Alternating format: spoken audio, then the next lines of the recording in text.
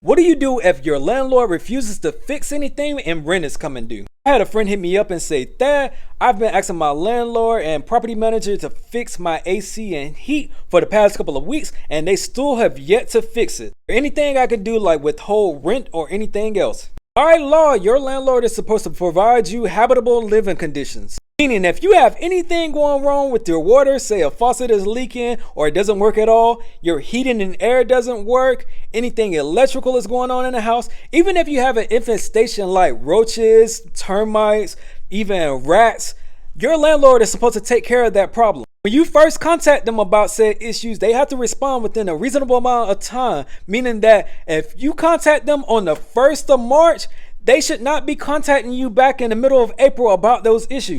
If you decide that your landlord is taking too long and you can't go on living like that any longer and you want to hire your own professional to come in and do the work for you, you can always do the repair and deduct option. Check your state bylaws because it varies from state to state, but here in Georgia, you can hire your own professional to come in, meaning that if you have an issue with your faucet, you can hire a plumber to come in and then you can deduct how much it costs for you to get that plumber from your rent.